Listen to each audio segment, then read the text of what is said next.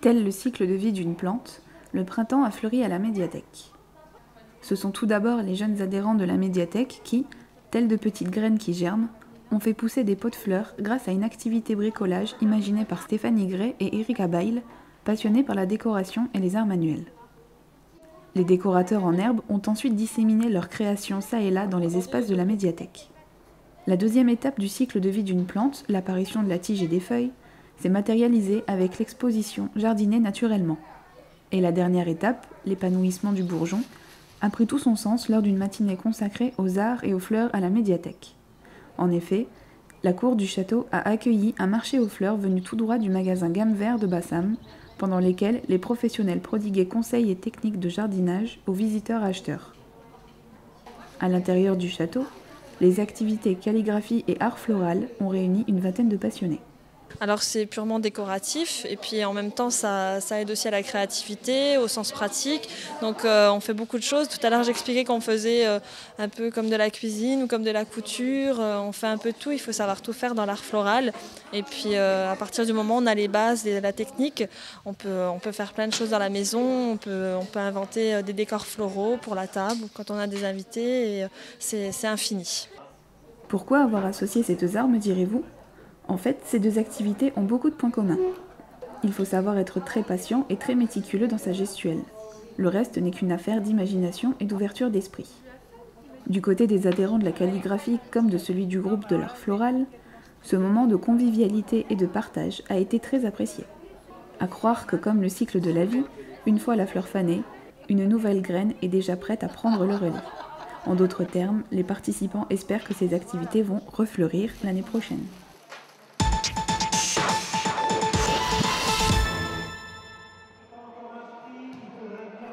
16 clubs de la région thionvilloise se sont retrouvés au gymnase pour participer au challenge du judo club de Cattenom. Le vainqueur de cette compétition se calcule selon un barème bien précis. 3 points par participation d'un compétiteur, qu'il soit enfant ou adulte, 7 points pour la première place d'un podium, quelle que soit la catégorie, 5 points pour la seconde place et 3 points pour la troisième place.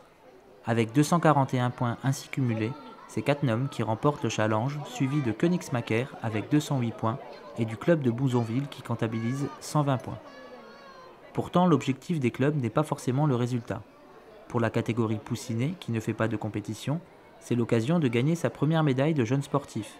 Et pour les autres catégories, c'est le moment de réaliser un test grandeur nature avant de se lancer dans les championnats de Moselle et de Lorraine.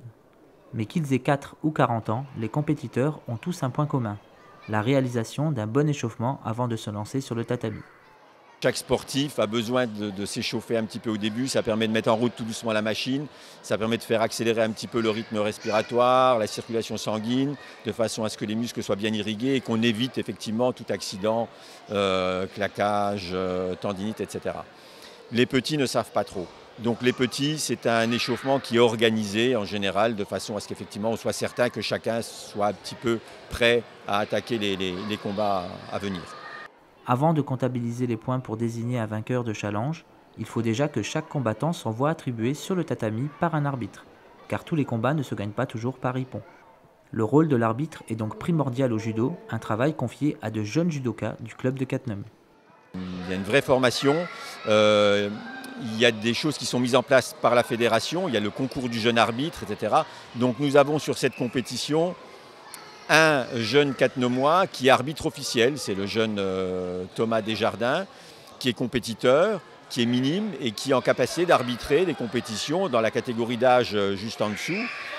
Pour les autres, ce sont des jeunes qui spontanément aiment l'arbitrage, donc ils ne sont pas arbitres officiels. On les emmène tout doucement au club à l'arbitrage, déjà pour qu'ils se rendent compte que l'arbitrage c'est pas simple, qu'on peut se tromper. Et si un jour ils sont victimes d'une erreur d'arbitrage, ils comprendront que ils se sont peut-être déjà trompés avant, donc ils peuvent se tromper eux aussi. Ils seront peut-être plus tolérants avec les arbitres. Et puis manifestement, ils aiment bien, ça leur donne des responsabilités, parce qu'ils ont quand même la responsabilité du combat. Et en général, ils sont assez ouverts pour ce genre d'expérience et ils aiment ça. Donc on les fait déjà un petit peu arbitrer au club, ils arbitrent entre eux.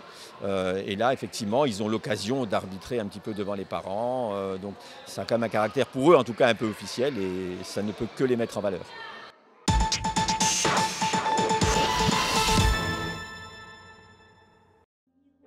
Grâce à l'association Arcade, les spectateurs de l'auditorium de l'espace culturel Victor Hugo ont encore eu droit à un spectacle pas comme les autres. Cette fois, c'est la compagnie De quoi je me mêle qui a surpris le public avec Les hommes préfèrent les petites. Spectacle entièrement créé par la troupe, de l'écriture à la mise en scène. Chaque représentation est unique puisque les 4 comédiennes placent les spectateurs au cœur de l'intrigue. L'histoire tourne autour de questions existentielles sur la nature humaine et l'amour, qui s'accompagnent de sketchs originaux sur le désir, la laideur ou encore sur les enfants, et qui est rythmé par des chansons tantôt drôles, tantôt émouvantes. Une dynamique scénaristique bien huilée et pleine de rebondissements qui n'échappe pas à la traditionnelle morale de l'histoire. Il y a plusieurs morales dans cette histoire. Je crois que la première, c'est qu'il ne faut pas trop se prendre au sérieux. Ensuite, c'est que on mérite tous d'être aimés, quel que soit notre physique, et puis qu'on a le droit de rire aussi des choses qui nous complexent et de nos petits soucis dans la vie de tous les jours.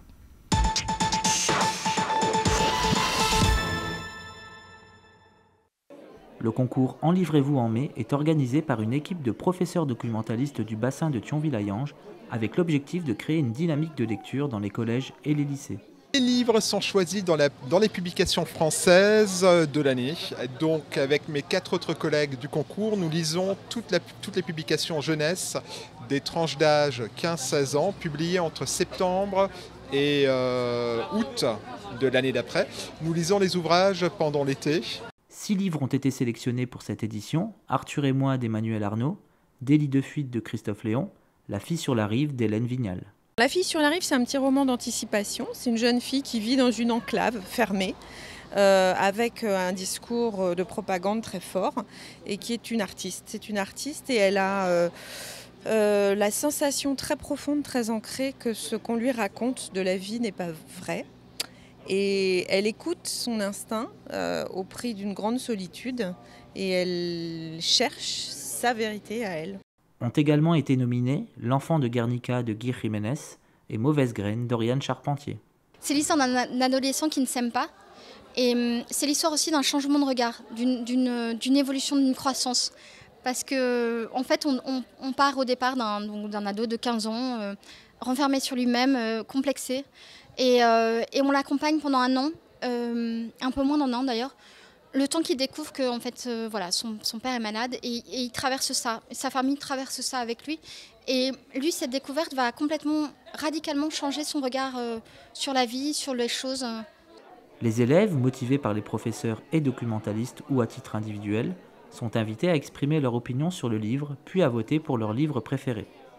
Le jour de la remise des prix, les 6 auteurs étaient présents pour échanger avec leurs lecteurs sur leur roman. Côté Catenomois, une fois n'est pas coutume, on avait décidé de développer un projet culturel et artistique à présenter le jour de la remise des prix.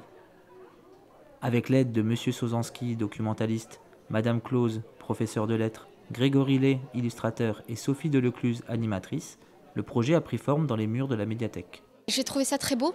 En fait, moi, on m'a présenté surtout un travail, en fait, une des couvertures, où c'est un adolescent qui est comme en position du fœtus sous la terre, et un arbre pousse au-dessus de lui, et il y a le titre dans les branches d'arbres.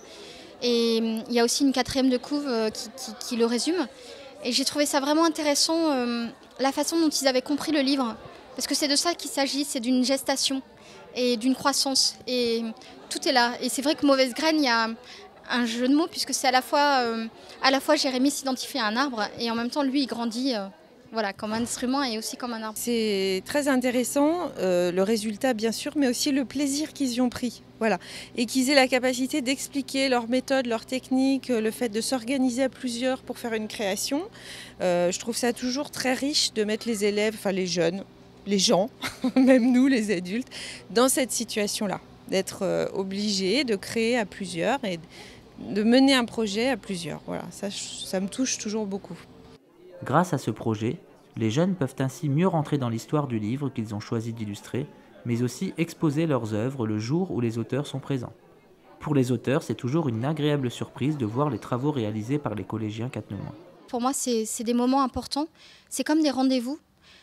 Parce que souvent, quand on est auteur, on a l'impression d'être dans une activité solitaire, mais on écrit pour des gens. Et c'est une grande chance de rencontrer les gens pour qui on a écrit, même si on ne les connaissait pas. Enfin, c'est toujours une découverte et surtout, c'est toujours un honneur d'être sélectionné dans un prix. Et du coup, c'est cette sélection qui occasionne les rencontres. Et en l'occurrence, les questions, c'est ce que je leur disais, les questions qu'ils me posent, moi, depuis 6 ans que je suis publiée, m'ont beaucoup interrogée, en fait. Je veux dire que l'interrogation ne se fait pas seulement sur le moment quand je leur réponds. Leurs questions résonnent après en moi parce que c'est des questions sur l'écriture beaucoup et aussi sur l'existence. Et du coup, forcément, moi j'ai eu l'impression toujours d'approfondir ce pourquoi j'écrivais en fait.